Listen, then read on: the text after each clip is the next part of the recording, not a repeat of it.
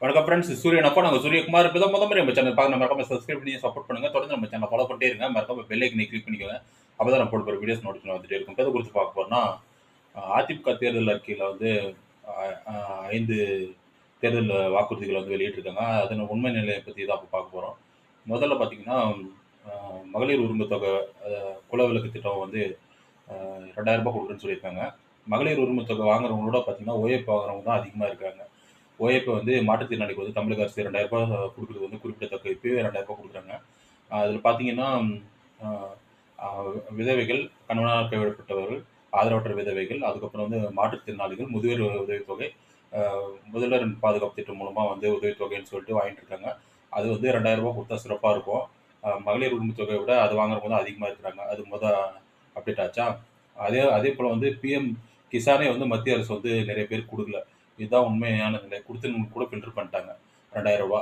அது மட்டும் இல்லாத பார்த்தீங்கன்னா, 100 நாள் வேலை திட்டத்த வந்து 150 நாளா மாத்தணும்னு சொல்லியிருக்காங்க.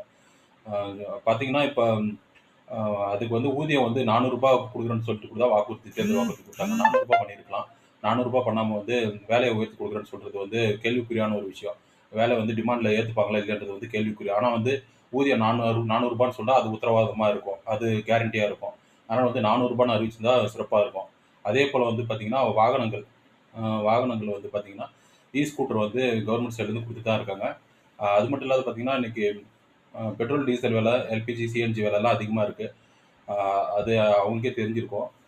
அத வந்து கண்ட்ரோல் பண்ணாம வந்து இப்ப என்ன அறிவிப்பு விட்டுருக்காங்கன்னா, பேருந்துகள் வந்து அரசு பேருந்துகள்ல ஆண்களுக்கும் இலவசம் சொல்லியிருக்காங்க.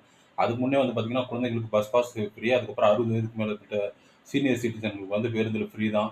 அது மட்டும் இல்லாத பார்த்தீங்கன்னா, அப்ப ஆண்களுக்கும் வந்து ஃப்ரீன்னு குடுத்துட்டா வந்து என்ன சிச்சுவேஷன் வரும்னு பார்த்தீங்கன்னா, ஆட்டோ ஓட்டுறவங்க, டாக்ஸி ஓட்டுறவங்க, அதுக்கப்புறம் வந்து பிரைவேட் பஸ், மினி பஸ் அவங்க அவங்க தொழிலாளிகள் தான் பாதிக்கப்படுவாங்க. டிரைவர், கண்டக்டர் எல்லாமே வந்து பாதிக்கப்படுவாங்க. இது ஒரு மிகப்பெரிய இஷ்யூ ஆகும். அது மட்டும் இல்லாத பார்த்தீங்கன்னா, இன்னொரு விஷயம் என்னன்னு பார்த்தீங்கன்னா, இலவசமா வீடு கலைஞர் கனவு இல்லம், பிஎம் ஜிஓஒய், பிஎம்ஏஒய் அந்த அது பிஎம் ஜன்மன் வீடு திட்டம் குடுத்துட்டு தான் இருக்காங்க. அது மட்டும் இல்லாத பார்த்தீங்கன்னா, டாட்கோ டிபார்ட்மெண்ட்ல இப்பயே வந்து இலவசமா இனாமா வந்து 3 சென்ட் நிலம் வந்து ஃப்ரீ ஆஃப் காஸ்ட்ல குடுத்துட்டு தான் இருக்காங்க. 3 சென்ட் நிலம் வந்து டாட்கோ டிபார்ட்மெண்ட் மூலமா குடுத்துட்டு தான் இருக்காங்க. இது எல்லாமே அவங்களுக்கு தெரிய வந்திருக்கும்னு நினைக்கிறேன். இதுதான் உண்மை நிலை. இது போன்ற அப்டேட் மற்றும் விழிப்புணர்வு தகவலுக்கு தொடர்ந்து நம்ம சேனலை ஃபாலோ பண்ணிட்டே இருங்க. சூரியகுமார், சூரியன். Thank you.